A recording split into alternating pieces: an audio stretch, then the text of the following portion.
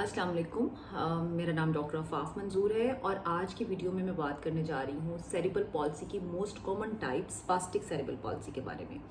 तो हम जानेंगे कि सेरिब्रल पॉल्सी की ये most common type spastic CP जिसे हम कहते हैं ये क्या होता है, इसके सिम्टम्स क्या हो सकते हैं, इसकी कॉजेज़ क्या हो सकती हैं और इसका ट्रीटमेंट प्लान क्या हो सकता है। तो जैसे कि आप जानते हैं कि सेरिब्रल पॉल्सी एक डेवलपमेंटल डिसऑर्डर है और ये डेवलपिंग ब्रेन को मुतासिर करता है। डेवलपिंग ब्रेन का जो मोटर कॉर्टेक्स का पार्ट है वो अफेक्ट होता है इसकी वजह से। और इसकी जो मेन कॉजेज़ हैं या ऑनसेट है, आप ये कह लीजिए कि किस वक्त ये आपके ब्रेन के कॉर्टेक्स को मुतासिर करता है, वो तीन तरह से कर सकता है, तीन वक्त में। या तो डेवलपिंग ब्रेन जब माँ के पेट के अंदर बच्चे की डेवलपमेंट हो रही है, यानी ड्यूरिंग प्रेगनेंसी जिसको हम कहते हैं, उसमें डेवलपिंग ब्रेन के ऊपर कोई भी इफेक्ट होता है किसी भी तरह से, किसी इन्फेक्शन का इफेक्ट हो सकता है, माँ को कोई इंजरी हो सकती है, उस दौरान में मोटर कॉर्टेक्स का जो एरिया है ब्रेन का, जिसे कि हम largest area of the brain भी कहते हैं, वो इफेक्ट होता है। Similarly at the time of birth motor cortex का जो पार्ट है ब्रेन का, उस पर कोई इंजरी आ जाए, कोई प्रेशर आ जाए तो वो मुतासर हो उस टाइम पे। और right after the birth or the within very few months of the birth. So ये चीज़ हमने समझ ली कि जो मोटर कॉर्टेक्स का एरिया है उसमें जब इफेक्ट होता है तो उसकी वजह से स्पास्टिक सीपी जो है वो बच्चों में आ सकती है। अब स्पास्टिक सीपी के जो मोस्ट कॉमन टाइप्स हैं, आप ये कह लीजिए कि वो किस किस फॉर्म में हमें नज़र आती हैं, वो तीन तरह की हो सकती हैं। एक स्पास्टिक डिप्लीजिया है जिसके अंदर दोनों जो दो लिम्स होते हैं वो इफेक्ट होते हैं, और वो दो लिम्स जो हैं वो लेग्स होती हैं। लेग्स के मुतासिर होने का मतलब ये है कि जो लेग के मूवमेंट्स हैं, लेग का जो मसल्स का कंट्रोल है, जो मसल्स का टोन है, उसमें बहुत ज़्यादा स्पास्टिसिटी आ जाती है। इसी तरह से जो दूसरी इसकी टाइप है उसको हम स्पास्टिक हेमिप्लीजिया कहते हैं। हेमिप्लीजिया का मतलब है कि one side of the body, जिसमें कि एक आर्म और एक लेग जो है वो मुतासिर हो सकती है। अच्छा, इसमें जो लेग का पार्ट है, लेग वाला जो पोर्शन है आपकी बॉडी का, वो ज़्यादा मुतासिर होता है बनिस्बत बाजू के। इसी तरह से इसकी एक और थोड़ी सी वर्स फॉर्म जो है जिसमें चारों लिम्स जो हैं, चारों आज़ाद, दोनों बाजू और दोनों टांगें मुतासिर हो सकती हैं, उसको हम हेमिप्लीजिया कहते हैं। उसमें दोनों टांगें और दोनों बाजू की मूवमेंट जो है वो मुतासिर होती है, जिसमें ज़्यादा इफेक्ट जो है वो उनकी लेग्स के ऊपर होता है। अब हम बात करते हैं कि इसके जो मोटर कॉर्टेक्स का जो एरिया हमारा इफेक्ट होता है इसकी वजह से क्या मसाइल हो सकते हैं। असल में मोटर कॉर्टेक्स का एरिया जो है वो हमारे मसल्स को कंट्रोल कर रहा होता है, हमारी स्पीच को का भी पार्ट उसके अंदर शामिल होता है, हमारी साइट का जो देखने की जो हिस्सा है उसका पार्ट भी मोटर कॉर्टेक्स के अंदर ही होता है। तो ये वाली जो तमाम हिस्से इसकी वजह से भी मुतासिर हो सकती हैं। यानी बच्चों में जो है लो विजन का मसला आ सकता है, बच्चों में स्पीच के प्रॉब्लम्स आ सकते हैं। इसी तरह से ये भी देखा गया है कि ऐसे बच्चे जिनको स्पास्टिक सीपी है उनके अंदर एपिलेप्सी या जिसको आप मिर्गी का दौरा कहते हैं वो भी इसकी वजह से हो सकता है। तो ये कुछ ऐसे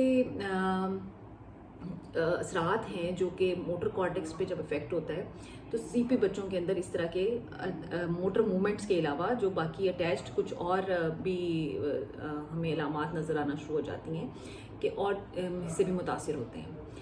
अगर हम इसके साइंस और सिम्टम्स की बात करें तो उसमें हमें ये नज़र आएगा कि टफ मसल्स होते हैं, स्टिफ मसल्स होते हैं, टाइट मसल्स जिसको आप कहते हैं, और उसको हम एक जो टेक्निकल हमारी मेडिकल लैंग्वेज है उसमें हाइपरटोनिया कहते हैं। यानी जो मसल्स के टोन है उसमें ज़्यादा हाइपरनेस होती है, ज़्यादा स्टिफनेस होती है नॉर्मल होने से ज़्यादा।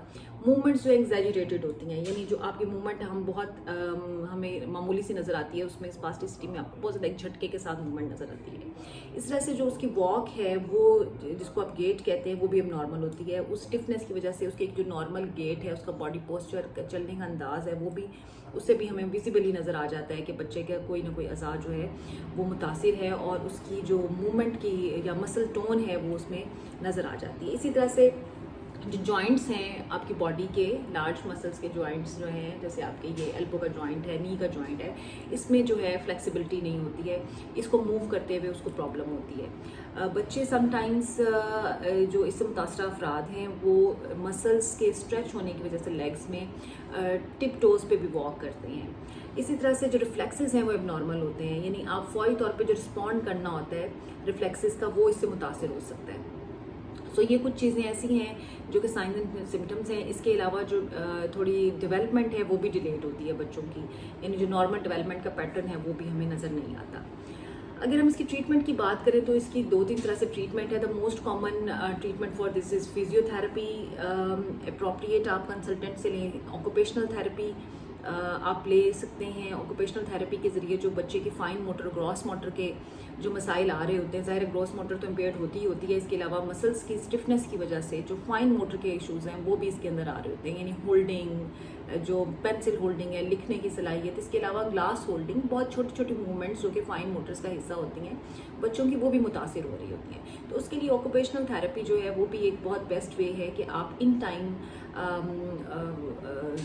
फिजिकल इंटरवेंशंस दे के, ऑक्यूपेशनल इंटरवेंशंस दे के आप बच्चे को इम्प्रूव कर सकते हैं। इसी तरह से उसकी स्पीच के जो इश्यूज़ है, जो मसाइल हैं, उसको हल करने के लिए आप उन्हें स्पीच थेरेपी की तरफ भी लेके जा सकते हैं, जिसकी वजह से उनके अंदर इम्प्रूवमेंट आ सकती है। Medication is one of the way, लेकिन मेडिकेशन जो है वो सिर्फ और सिर्फ इस चीज़ के लिए की जाती है कि जो उनके मसल्स में हाइपरनेस आई हुई होती है, हाइपरटोनिया होता है उनके मसल्स का, उसको जो है थोड़ा सा रिलैक्स करने के लिए मेडिकेशन की जाती है। सर्जरी इज़ समहाउ बहुत ही कम केसेस में रिकमेंड की जाती है, और अगर कोई इस तरह का आपके पास प्रोविजन है एट द अर्ली एजेस तो फिर ही इसको तरफ जाते हैं। अदरवाइज इसका चूँकि एक लाइफ लॉन्ग इफेक्ट है इन मसल्स का, तो आपको उसकी मैनेजमेंट ही जो है वही बेहतर है। लाइफ विद सीपी की बात करें तो जाहिर है ज़िंदगी जो है सेरिब्रल पॉल्सी के साथ गुजारना एक लाइफ लॉन्ग कंडीशन है, यानी इसको आपने मैनेज करना है, इसको आपने इस अंदाज से लेके चलना है कि उनकी जो रोज़मर्रा की ज़िंदगी के मसाइल हैं वो उनको ना आ सकें, वो इंडिपेंडेंटली अपने मूवमेंट में रहें, वॉक में रहें। अगर वो अपने जो खाने पीने के या उनकी जो फाइन मोटर्स की स्किल्स हैं, यानी जो उनका खाने का काम है, उनका कपड़े बदलने का काम है, इंडिपेंडेंट लिविंग जिसको आप कहते हैं, वो इस काबिल हो जाएं। और सिमिलरली जो माइल्ड टाइप्स होती हैं जिसमें कि हेमीप्लीजिया है, quadriplegia, they are most of the times they can lead to normal life with some assistance. और बाकी जो इनकी बात है, अगर आप इनकी एजुकेशनल इंटरवेंशन के हिसाब से बात करें तो अगर तो इनमें बहुत sometimes few of them have mild level of cognitive impairment, otherwise they are very much fine by this. और इनको आप इनके जो तालीमी अदारे हैं, आम स्कूल हैं, उनके अंदर भी आप इनको लेके जा सकते हैं, इनकी मोबिलिटी को मैनेज करते हुए, इनको थोड़ी सी असिस्टेंस देते हुए। इस पर आप किसी एक्सपर्ट की, रिहैबिलिटेशन कंसल्टेंट की राय भी ले सकते हैं कि आप इनको किस तरह से एजुकेशनल पॉइंट ऑफ व्यू से मैनेज कर सकते हैं। एम्प्लॉयमेंट की बात करें इनकी, तो एम्प्लॉयमेंट के हवाले से इनके लिए जो है वो वाले काम जो कि ये जिसमें कंप्यूटर का इस्तेमाल हो सकता है, बैठ के ये काम कर सकते हैं, they can very well organise many thing, managerial task ये बहुत अच्छे परफॉर्म कर सकते हैं। तो इस तरह की जो चीज़ें हैं उनके अंदर आप इनको लेके आएंगे तो इनकी लाइफ का पैटर्न जो है बेहतर तौर पे सेट हो सकता है। मज़ीद इसमें आपको किसी रहनुमाई की ज़रूरत हो तो आप दिए गए नंबर पर रब्ता भी कर सकते हैं, और इसमें कंसल्टेशन के लिए भी, इंडिविजुअल कंसल्टेशन के लिए भी आपको सहूलत मुयस्सर है। Thank you very much.